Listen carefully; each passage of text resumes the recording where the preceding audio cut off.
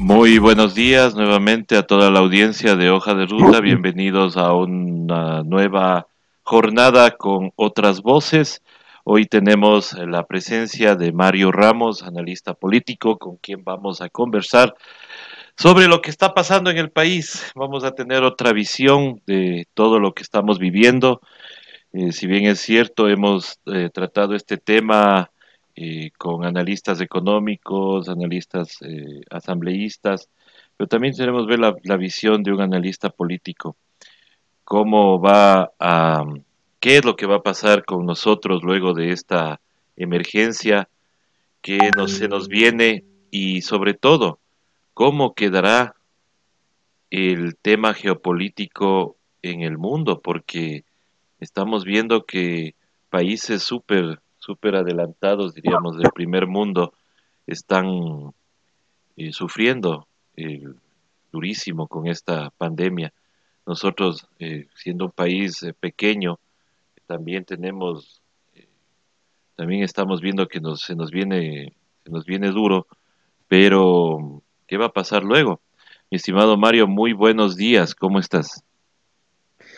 Buenos días, César. Un saludo a tu programa y a todos los que nos ven y escuchan. Mario, primero, ¿cómo sientes tú que está manejada la situación aquí en el Ecuador? ¿Cómo ves la actuación de las autoridades, tanto nacionales como seccionales?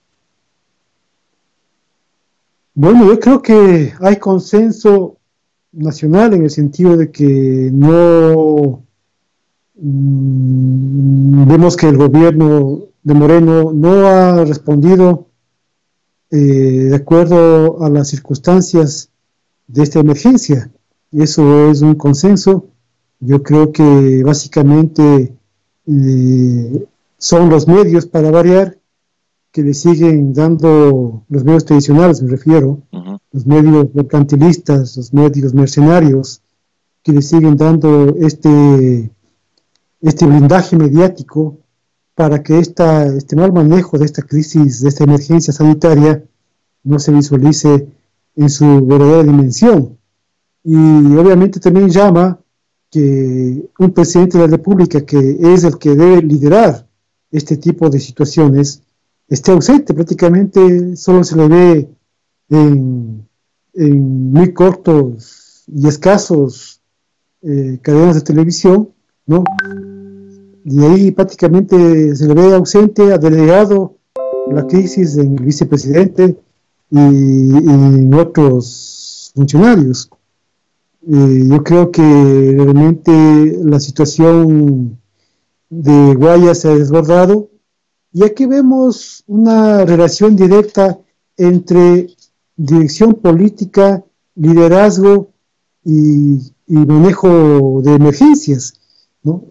Esto es obviamente comparable. Por ejemplo, una cosa es un país que, a pesar de que tienen modelos diferentes, me refiero a modelos diferentes económicos y políticos, como Corea del Sur, como Taiwán, como Japón, como China, que con el liderazgo de sus gobiernos y con la dirección política correcta han sabido llevar a buen puerto esta emergencia sanitaria. Y vemos el caso patético de Guayas, dirigido por sus cristianos, donde su alcaldesa supuestamente se contagia, igualmente queda ausente de la crisis, no se sabe qué hace, ¿no? Y el tema absolutamente se ha desbordado en el supuesto modelo exitoso que había en Guayaquil. Entonces, vemos que más bien han sido los gobiernos seccionales, para responder a tu pregunta, de manera diferenciada, los que han sabido de una u otra manera llevar a cabo esta emergencia sanitaria prácticamente sin apoyo del gobierno nacional. ¿No? Una cosa es, yo creo que de una u otra manera lo ha hecho bien el alcalde de Quito, ¿sí? Con el apoyo de la prefecta de Pichincha. Yo creo que ha habido una coordinación ahí, ¿no? Y de otra manera se ha logrado llevar a cabo, solventar un poco, atenuar las implicaciones de lo que puede ser un contagio masivo, ¿no? Entonces, pero aquí, frente a semejante emergencia, es el gobierno nacional que debió haber dado pautas, ¿sí? Por ejemplo, en vez de, frente a la debilidad del sistema de salud del país, que quedó justamente debilitado por las mismas políticas del gobierno, ¿no? Por lo menos se debió en esta emergencia destinar recursos para cubrir un poco esa deficiencia, ese debilitamiento que ellos mismos provocaron. Entonces, ahí estamos viendo una situación complicada porque, y esto es un hecho, no es que queramos desestabilizar el gobierno, no estamos buscando eso, sino que es un hecho que no se puede negar. Somos el país con más contagios en América Latina, a pesar de su poca población, somos 17 millones, ¿no? Somos prácticamente uno de los países menos poblados de América del Sur, sin embargo, ¿no? Y en general de América Latina, sin embargo, somos el país con más contagios, ¿no? Y hemos visto en redes sociales videos realmente que conmueven, ¿no? Sobre lo que está pasando en Guayaquil, básicamente. Claro, y Entonces, ahora, sobre lo que tú dices, hay que recordarle a la gente que nosotros como país podríamos haber evitado todo esto si se hubieran tomado las medidas anteriormente, como por ejemplo desde diciembre se sabía, en enero ya tuvimos un susto, en febrero deberíamos haber tenido ya protocolos establecidos para controlar un posible ingreso del virus acá al Ecuador. Sin embargo, no se hizo. Y tanto es así también que, como tú dices, la alcaldesa de Guayaquil desapareció de la palestra y solo asomó cuando ya la cosa se desbordó y obviamente con este infausto hecho de que cierra la pista del aeropuerto internacional y luego cuando ya vio que fue una metedura de pata, pues asoma ya contagiada. Entonces, todo eso el pueblo ecuatoriano debe recordar, porque parece que ya nos estamos olvidando del tema del aeropuerto. mira, y otro hecho que a mí es relevante, recordemos que en este marco de destruir la institucionalidad del país, debilitarlo como Estado, se intentó hacer desaparecer a la Secretaría Nacional de Riesgos, recordemos eso. Claro. O sea, iban a desaparecer justamente la institución que se encarga de gestionar las crisis. Muchos hicimos oposición a esa idea, escribimos artículos inclusive al respecto, y les recordamos un poco la historia, ¿no? Entonces, que iba a ser un gran error de desaparecer esa institución. Finalmente, no desaparecieron, sí le debilitaron, le cambiaron el nombre, y vemos que ahora Moreno le encarga la vocería a este servicio de gestión de riesgos. O sea, ese es el desastre real que estamos viendo en el manejo de la emergencia del país. Qué terrible. Pero ya le vemos que a la señora de la Secretaría en este caso ya no Secretaría, sino de Servicio Nacional de Riesgos, ya le vemos que ya le han tomado la posta, ¿no? Ya no le dan cabida, al parecer, creo que le utilizaron solamente para dar la cara en los primeros momentos y ahora ya no aparece, ya no está en el COE y ya le vemos que está reemplazada por un viceministro, creo que es, o director de alguna cosa del Ministerio de Salud. Eh, pero sin embargo, la gente tiene dudas y muchas dudas sobre las cifras oficiales. Sí, un gobierno que tiene poca credibilidad, realmente la gente desconfía de las cifras, ¿no? Y claro, o sea, si se hubiese siguiendo fortaleciendo el sistema de gestión de riesgos, ellos hubiesen alertado, ¿no? Y hubiesen hecho los planes preventivos respectivos, ¿no es cierto? Cuando ya se anunciaba este virus en el mundo, porque son gente supuestamente especializada y que está atenta a los desastres de carácter natural o de origen humano que pueden darse en el mundo, justamente. ¿no? Pero aquí vimos que se intentó destruir esa institución, se le dejó creo, debilitada y luego se utiliza, como tú dices, de manera momentánea como vocera a esta señora Ocles, ¿no es cierto? Y ahora no se sabe quién mismo dirige esta emergencia, si el presidente, si el vicepresidente, si el viceministro de Salud o el ministro de Salud, o sea, eso es parte de la cefalía que los ecuatorianos sentimos en estos momentos y justamente lo que genera mucha incredulidad, mucha desesperanza en los ecuatorianos frente a esta crisis que no solo ya es sanitaria, se va a convertir en una enorme crisis social y económica, no del país en sí, sino de las empresas, de los ciudadanos, de todo el desempleo que está generando, ¿no? Entonces esto es lo complicado que se viene después. Claro, se viene después y obviamente, eh, ¿qué va a pasar con toda la gente? Por ejemplo, hoy estamos viendo imágenes de que en Guayaquil, para poder incinerar, cremar los cuerpos, están dando solamente 40 tickets, pero hay una cola de más de 400 personas. Nosotros, ya, y sigo aclarando esto, nosotros dejamos de publicar la cifra de fallecidos porque nos parece que esa es la cifra que más dudas nos genera, ¿no? Porque vemos ahí gente en el video que está reclamando por tickets, por turnos para poder cremar sus cadáveres, los de sus seres queridos, y sin embargo sigue asomando 60 el número de 60 fallecidos por esta enfermedad. Entonces, todo esto, ¿no crees tú que pueda degenerar en una crisis social en Guayaquil? Porque hay denuncias inclusive que gente que era consumidora de estupefacientes con este encierro, pues obviamente se están muriendo en la calle y están quedando en las esquinas.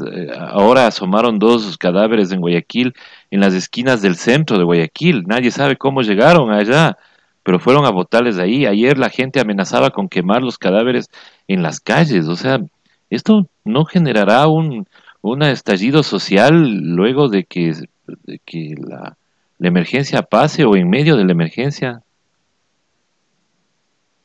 Yo creo que algo va a pasar en este país después de que termine la cuarentena.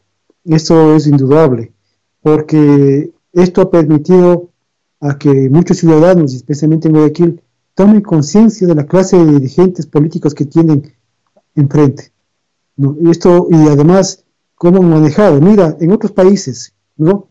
Se habla de un plan Marshall para sostener a las empresas y que no despidan gente. Se habla de prohibición de cobrar arriendos, se habla de que el Estado, por ejemplo, en algunos países va a cubrir los sueldos en un 70%, etcétera, etcétera, medidas complementarias a la cuarentena. Pero aquí no, aquí simplemente quédate en tu casa y punto, ¿no? ¿Y cómo va a sobrevivir la gente que tiene que vivir el día a día?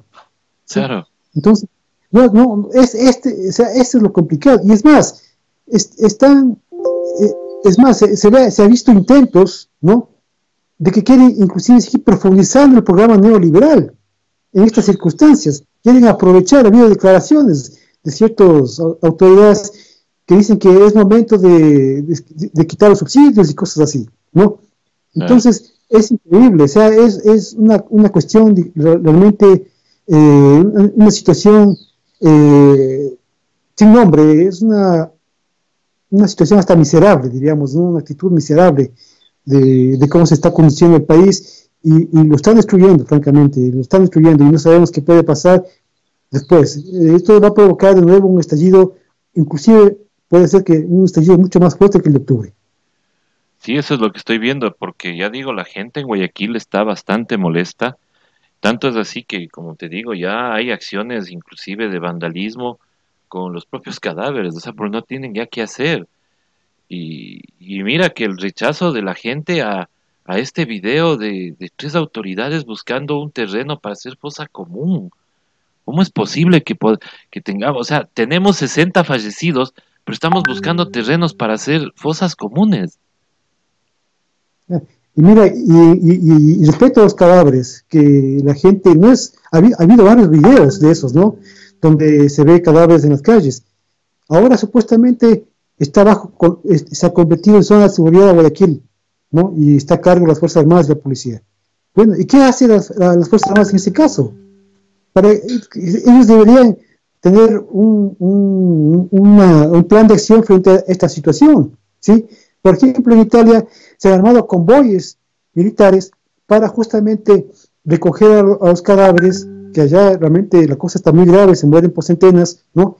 Y en convoyes trasladan a los sitios de cremación, ¿sí? Claro. Entonces, ¿qué están haciendo las Fuerzas Armadas en ese sentido? O sea, me pregunto, o sea, realmente es un país sin dirección política, sin liderazgo, ¿no? O sea, es una situación realmente grave, y por eso nos sorprende, ¿no?, que seamos el país con mayor contagio en América Latina. Somos el país con mayor contagio en América Latina y que no tenemos acciones, ¿no? A ver, en Guayaquil tenían camionetas para cerrar la pista del aeropuerto, pero no tienen esas camionetas para poder ayudar a la gente a llevar los cadáveres. Bueno, haces una muy buena comparación. Y mira, es increíble, ¿no?, que la fiscal inclusive le protege a la alcaldesa cuando esos vuelos tenían autorización.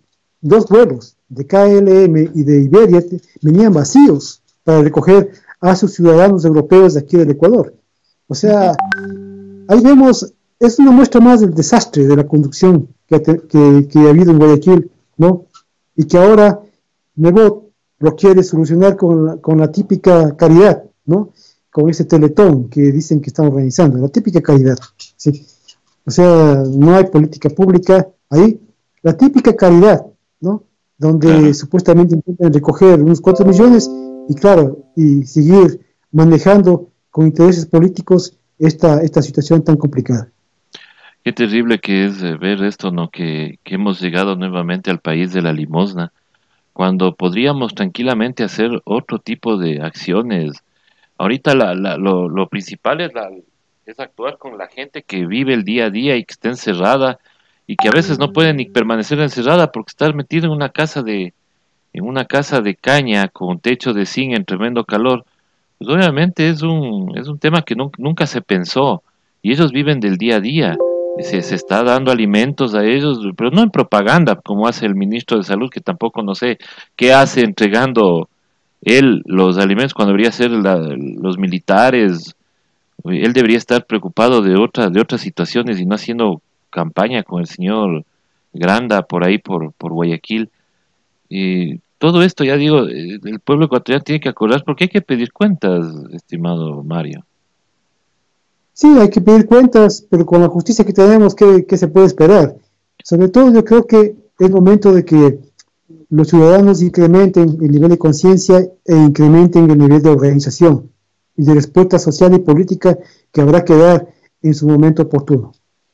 Ahora, luego de todo esto que ha pasado aquí en el país, el hecho de haber pagado la deuda externa antes que haber puesto ese dinero en salud para contratar más médicos, para tener más pruebas, para comprar medicamentos, se prefirió el tema de pago de deuda pero luego pedimos un préstamo de 300 millones, perdón, con la garantía del oro. O sea, ahí es lo que no se entiende. O sea, uno no es economista, pero uno, si tiene la plata en la mano, lo que hace en una emergencia es, por ejemplo, si el hijo está enfermo, lo que hace es pagar al médico para ese rato. Pues no es que va y paga las deudas y después pide un préstamo, pues. O sea, si tienes plata en mano, vas y lo prioritario es la vida de tu hijo. Lo mismo es en el país. Es que lo que estamos viendo aquí es que la clase política de este país prioriza sus mezquinos intereses, ¿no?, sus particulares intereses y no los intereses nacionales. Ni siquiera se interesan, ni siquiera se informan de lo que está pasando en el mundo. Claro. Por ejemplo, el mismo Fondo Monetario Internacional dijo que hay que postergar el pago de la deuda. El ejemplo de Argentina, ¿no?, frente a la situación de esta crisis sanitaria, el presidente de Argentina dijo: no vamos a darles un centavo durante 5 años. ¿Sí? Entonces, pero aquí no, es el tipo de clase política que tenemos. Eso es lo que nos está destruyendo como nación, ¿sí? Y ojalá, no solo los ciudadanos, sino ciertas instituciones, ¿no? Tomen conciencia de esta situación. Ojalá esta crisis sirva para eso. Si esta crisis no sirve para eso, para tomar conciencia, esto habrá pasado en vano. Lastimosamente es así. Sí, lo importante sería que aprendamos de todo lo que está pasando, ¿no? Eh, Nos están inclusive amenazando con que vienen nuevas medidas que ya la anunciarán en su momento. Yo no sé si pusieron este plazo de hasta el 5 de abril, supuestamente que va a durar la suspensión de la jornada laboral, porque en esos días nos presenten algún tipo de medidas, pero ahí yo creo que la, la ciudadanía pues obviamente va a reaccionar de alguna manera, porque ya estamos cansados, yo creo la gente está cansada de todo este mal manejo, ¿no? La fiscalía obviamente no hace nada, tenemos una contratación fallida en el IES, el día de ayer asoma una contratación de 1.400.000 para imagen de la emergencia sanitaria, o sea, ahí está pues la imagen, estamos viendo los videos, ahí está cómo está la emergencia, no necesitamos más imagen, no necesitamos marketing, lo que necesitamos son soluciones urgentes, necesitamos pruebas rápidas para poder establecer un cerco, poder bajarle esta famosa curva. Le oía al señor Nebot que hablaba de que va a traer plaquinol. Algún conocido que sabe algo de genética y todo eso nos decía que eso es una barbaridad, dar antibióticos a una persona contagiada porque le quita defensas y es peor. Pero el ministro de Salud ni siquiera se pronuncia, entonces todas esas cosas sí está abonando a que la gente se canse y salga o vaya a haber un desastre que sí nos preocupa mucho. Nos preocupa bastante el hecho de qué mismo va a pasar en este país. Y mira, en otros países como Italia se ha dado paso a la cooperación internacional, ¿sí? Está Rusia, está Cuba, y aquí en cambio ni siquiera eso, ¿sí? Y hay la apertura, pero ni siquiera se da paso a que países que han logrado con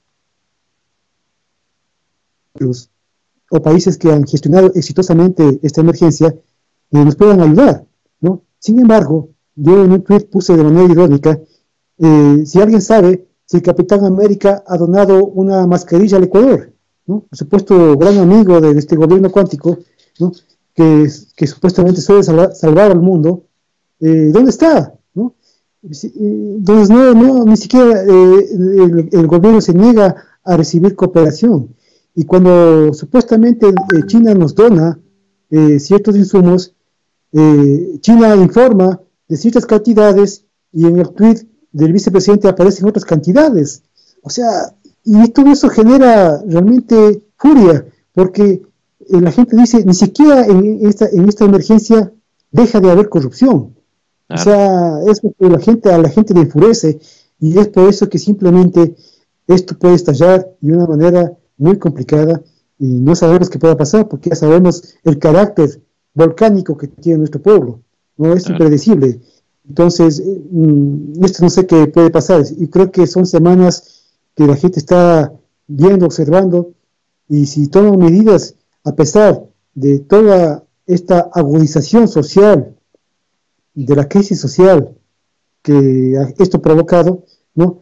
Esto puede degenerar una cosa muy, muy grave. Ahora, a nivel internacional, Mario, nosotros estamos en Sudamérica, somos el país más, ma- con más contagiados y resulta que nosotros ni siquiera, o sea, ¿cómo digo? A ver, espérate, para ponerle en contexto lo que quiero decirte. Estamos en medio de Perú y Colombia. Colombia que tiene doble de habitantes, tiene muchos menos contagiados, o sea, y cerró sus fronteras inmediatamente al segundo, tercer caso, inclusive allá la gente también está descontenta con el manejo de la crisis, pero sin embargo no tiene tantos contagiados como acá. En el Perú, la cosa se les desbordó en los últimos días porque ya impusieron inclusive el toque de queda ya con orden de disparar. Y nosotros a nivel internacional, ¿cómo vamos a quedar luego? Porque se ve una imagen de un país que no tiene administración, que no tiene nada, que no tiene una respuesta ante todo esto.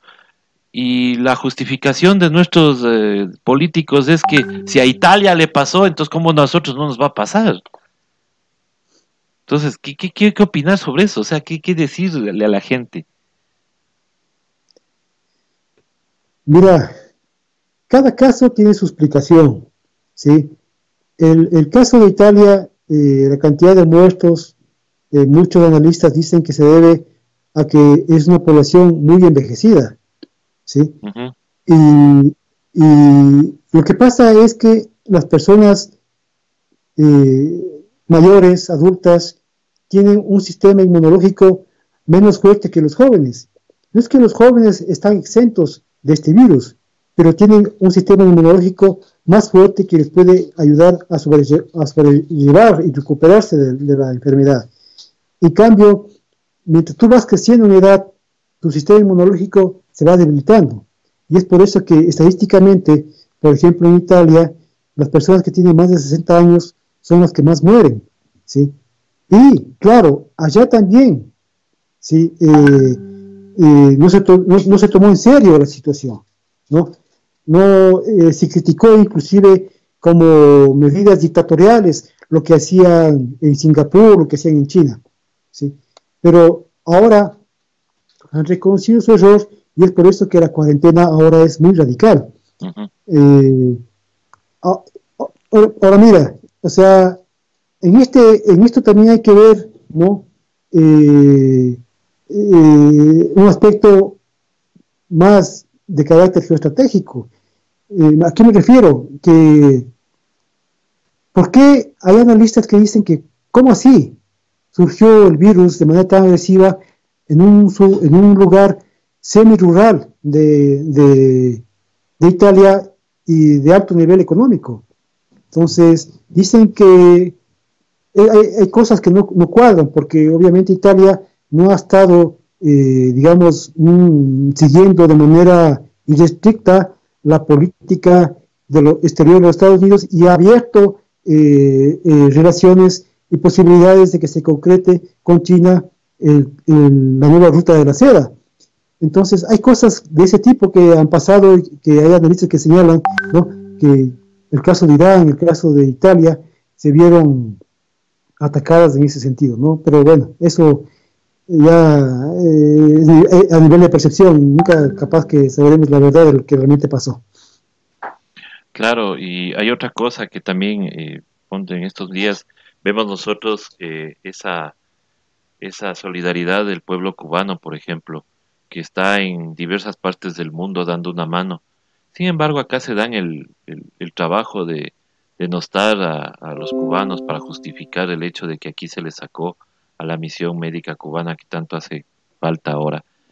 Pero se habla de que es una propaganda, de que todo el tema de que van a ayudar, que no ayudan para nada, mientras en su país la gente sin agua potable y todo lo demás. Y acá dice, hacen propaganda de que los cubanos, de que el interferón y todo eso. Y mientras nosotros vemos las imágenes de italianos, españoles, ahora ya fueron a Andorra, que la gente les recibe con aplausos, que está muy agradecida de el trabajo solidario de los médicos cubanos. ¿Qué decirle a la gente, no? Porque la gente piensa que lo que le dicen en los medios o lo que no dicen los medios es que hay unas delegaciones médicas cubanas que lo que están haciendo, o sea, este país chiquito, bloqueado durante más de 60 años, tiene la voluntad de mandar a sus brigadas, a sus soldados de bata blanca a ayudar en otros pueblos que inclusive votan para que se mantenga el bloqueo. O sea, eso es lo increíble del pueblo cubano. Mira, es una forma de pensar, es una actitud, es una política que surgió con el mismo triunfo de la Revolución Cubana. Ellos, desde que triunfó la Revolución Cubana, ella ha mantenido esa política. Yo recuerdo la frase de un doctor de África que se admiraba que recién triunfada la Revolución, ¿no?, cubana, que recordemos, perdió a muchos miles de médicos, porque muchos migraron a Miami, ¿no? Se quedó casi sin médicos Cuba, y tenía que formar muchos médicos, ¿no? A pesar de esa situación precaria, ¿no?, Cuba siempre fue solidaria y mandaba brigadas de médicos a África. Recordemos que en los años 60 África estaba en su proceso de descolonización y también tenía una pésima infraestructura médica. Entonces este médico africano decía, se admiraba porque decía, era como recibir a un pobre, ¿no?, recibiendo solidaridad a un pordiosero.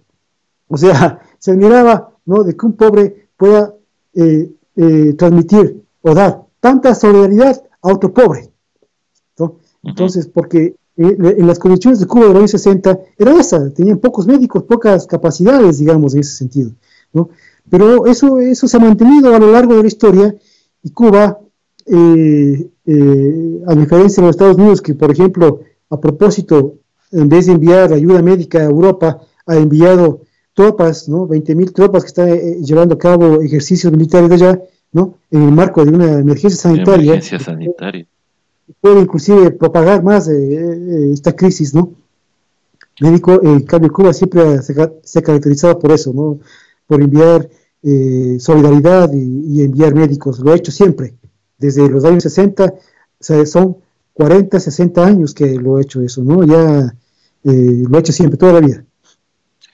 Así es, y obviamente también China, que tanto acá se criticaba que estábamos vendidos a los chinos, de que somos el patio trasero ahora de China y todo lo demás.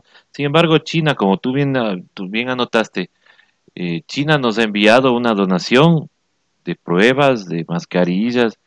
Sin embargo, el gran amigo, el de la visita histórica y todo lo demás, el que les recibió 15 minutos, no ha enviado ni una jeringuilla. Así es, ni siquiera una mascarilla, ¿no? Y las Ajá. mascarillas realmente, de acuerdo a los científicos, es una medida de prevención súper eficaz. Hay que usar mascarillas. De aquí en adelante los ecuatorianos tendremos que usar mascarillas hasta que aparezca la vacuna. Toda la vida, hasta que aparezca la vacuna, ¿sí? Tendremos que usar mascarillas. En toda reunión, en el trabajo, en las empresas, en el colegio, tendremos que usar mascarillas hasta que aparezca la vacuna. ¿Cómo crees tú, Mario, que va a quedar luego la geopolítica del mundo luego de esta pandemia? ¿Crees tú que quedaremos igual, el mismo hegemón? ¿Cómo quedará Estados Unidos luego de que se nota también un alto número de contagiados, en donde Trump parece que también se le fue de las manos, al igual que a Bolsonaro? Mientras China resurge, mientras Japón obviamente también ya derrotó a esta enfermedad, Corea del Sur y algunas otros países, pero vemos que Estados Unidos se le fue de las manos, Italia igual, España lo está controlando, pero al mismo tiempo también tiene sus bemoles, y Alemania, Francia, o sea, toda Europa. ¿Cómo queda después, cómo quedará el mapa político luego de esta pandemia? Mira, es importante hacer mención de la teoría política económica, de la economía política. Marx hablaba de las crisis capitalistas y hablaba de la sobreacumulación de capital, ¿sí? Y hablaba de las crisis cíclicas del capitalismo por sobreacumulación de capital. Entonces, en cierta manera estamos viviendo eso. Para explicarlo en términos sencillos, la escritora Klein, su teoría del shock, ¿no? Ella habla del capitalismo de desastres, ¿sí? De cierta manera lo hace más digerible esta teoría marxista, ¿no? Y habla del capitalismo de desastres. ¿En qué consiste? Que básicamente, de periodo en periodo, el capitalismo tiene que, en cierta manera, autodestruirse, entre comillas. tiene que destruir fuerzas productivas, ¿sí? Porque hay crisis de expansión, hay crisis de mercados, hay crisis de salarios y cosas así. Es complejo, pero explicar esto, pero en el fondo hay esta situación. Yo decía en otro programa que ahora, antes de estas crisis del capitalismo, las potencias lo resolvieron a través de guerras, ¿sí? La Primera Guerra Mundial, la Segunda Guerra Mundial, ¿no? Recordemos que después de la Segunda Guerra Mundial apareció el orden de Bretton Woods, ¿sí? Y justamente ese orden es el que está en crisis. Pero ahora las potencias mundiales no pueden resolver sus crisis a través de guerras mundiales, al menos de las que la historia conoce. ¿Por qué? Porque ahora existe el arma nuclear. Y el arma nuclear, si llega a ser utilizada, simplemente la humanidad se extingue, ¿sí? No puede ser utilizada. Es por eso que se sospecha, y hay varias señales, ¿no?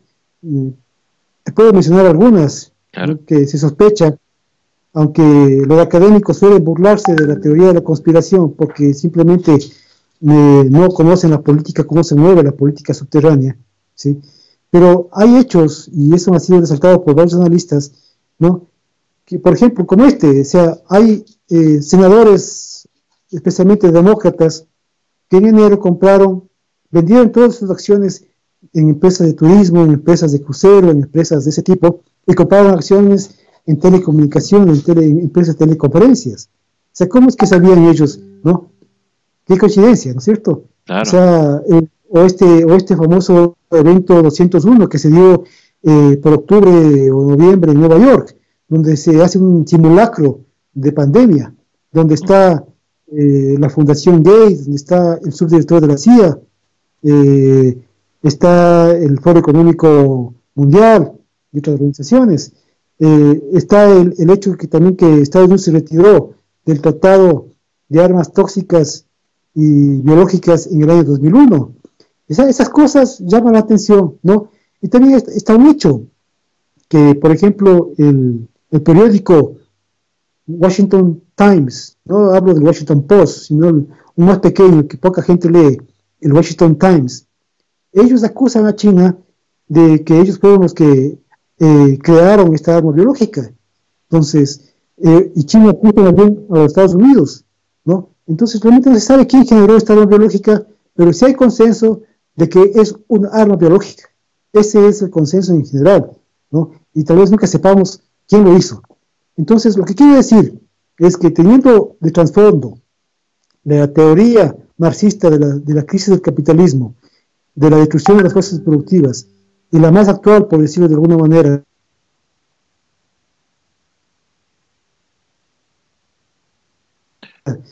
porque Tuvimos un corte en este momento de la señal. Estamos tratando de retomar, mil disculpas. Sí, ya lo estamos retomando ahorita la señal con Mario. Mario, ¿cómo estás? ¿Sí me escuchas? Hola, hola. ahí te escucho, Ya. ¿me escuchas? Sí, te escucho. Ya, Entonces, sí. decía que No seas malito. Te voy a pedir el favor que le des la vuelta al teléfono para poderle... Exacto. No, al otro lado. Se quedó otra vez la señal. Estamos ya... se fue nuevamente la señal. Estamos teniendo problemas de conexión. Y ya, ahí estamos bien. Listo. No, ahí estamos bien. ahí está bien. No, como estabas, estaba bien. Ahí, Exacto. Ya, sigamos, mi estimado Mario. ya. Decía que tiene como trasfondo esta teoría, ¿no? Lo que estamos viendo es que estamos entrando en una destrucción y una reestructuración del orden mundial. Yo creo que hay mucho de eso, y creo que muchos analistas ya lo han destacado, hay muchos analistas que lo destacan. Entonces, el capitalismo, digamos, se está recreando de alguna u otra manera, ¿sí? Hubo un mundo unipolar, ¿no? hasta el año 2008, que se produjo esta crisis y que fue consecuencia de, de la destrucción de la URSS, ¿no? Y desde el 2001 hasta desde 1991 hasta el 2008, el capitalismo pudo expandirse en cierta manera, ¿no? Pero esto llegó a su fin y produjo la crisis del 2008. Ahora, esta nueva crisis trata de reorganizar este mundo capitalista, ¿no? Porque inclusive han surgido otras potencias, como China, como la Rusia, que se recuperó. Entonces, creo que mucho de esto hay en este momento en el escenario geopolítico. Y claro, por eso es que se sospecha, ¿no?, de este virus que surgió, ¿no?, tan repetidamente y con esa capacidad de contagio tan brutal, ¿no? Y claro, o sea, lo curioso es que este virus surge en Wuhan, ¿no?, justo cuando se daban los juegos militares a nivel mundial, y la delegación de Estados Unidos no ganó una sola medalla de oro, ¿no? Y eso es raro porque un ejército tan preparado como el gringo, es raro que no haya ganado ni una sola medalla de oro. Y claro, o sea, se dice que estuvieron muchos enfermos de una influenza rara. Entonces, por eso que seguramente surgió este COVID-19 en Wuhan, porque fueron los mismos militares que llevaron y contagiaron a los chinos de Wuhan esta enfermedad. Esto es lo que esas cosas que pasaron, que coinciden, ¿no? Y claro, o sea, para no alargarnos mucho en este asunto, yo creo que hay todos estos datos, hay toda esta información, y claro, yo creo que mucha gente dice que vamos a salir de esto con un nuevo tipo de economía, con un nuevo tipo de orden geopolítico, y lastimosamente América Latina sigue siendo peón de este escenario geopolítico. Qué terrible saber que todavía tendremos que estar bajo la bota imperial, pero si no aprendemos de esto, de lo que nos está pasando, pues obviamente será peor que lo que hemos vivido antes. Estimado Mario, te queremos agradecer por esta entrevista, por habernos dejado entrar a tu domicilio. Solamente te dejo para el mensaje final a la gente. Obviamente está igual como nosotros, encerraditos, y así deberíamos estar hasta siquiera el 17 de abril, dadas las circunstancias y dadas las cifras que nos manda ahora el gobierno, ¿no? Es, es incomprensible que los casos confirmados estén casi a la par que los casos con sospecha. En Cuba, por ejemplo, con 67 casos, ellos tienen de sospecha casi 1.500 personas y están en observación 35.000, o sea, ellos mantienen un cerco epidemiológico mucho más grande, mientras que aquí tenemos 2.240 casos confirmados y 3.257 casos con sospecha. Ayer nos incluyeron la cifra de 54 personas que han salido con alta hospitalaria, pero no nos indican si el alta hospitalaria es porque ya son asintomáticos, ya se curaron, qué mismo pasó. Y obviamente el tema de las personas fallecidas, como digo, nosotros como medio de comunicación no vamos a publicar porque eso nos parece a nosotros que es totalmente irreal. Y qué pena que ya la única provincia que se estaba salvando hoy ya asoma con un caso, que es la provincia de Napo. Entonces, tu mensaje final, mi estimado Mario. Yo lo que podría decir es que el pueblo ecuatoriano tiene que unirse, tiene que salir fortalecido como pueblo. ¿En qué sentido hablo? Con mayor conciencia, buscar mayores niveles de organización, tiene que tratar de organizarse mejor, porque si no hay un actor político, si no hay un instrumento político que pueda conducir la ira, la desesperanza, la incertidumbre, el deseo de un mejor futuro, no podremos salir adelante como país. Seguirán los destinos de nuestro país en manos de una clase política absolutamente corrupta. Entonces, nosotros tenemos que alcanzar mayores niveles de conciencia, mayores niveles de organización, si queremos no solo salir de esta emergencia sanitaria, sino de por fin conseguir una sociedad del buen vivir. Así es, mi estimado Mario, y eso esperamos todos. Quiero agradecerte nuevamente y agradecer a todas las personas que se han conectado a esta entrevista. Muchísimas gracias por estar junto a Hoja de Ruta. Nosotros ya en la más tardecito estaremos retomando también la programación habitual. Estamos esperando la confirmación de las personas de Acción Jurídica Popular y más tarde estaremos con Ruta de Letras, Ruta Calidoscopio y Ruta Ciudadana. No es más y nosotros nos despedimos hasta más tardecito.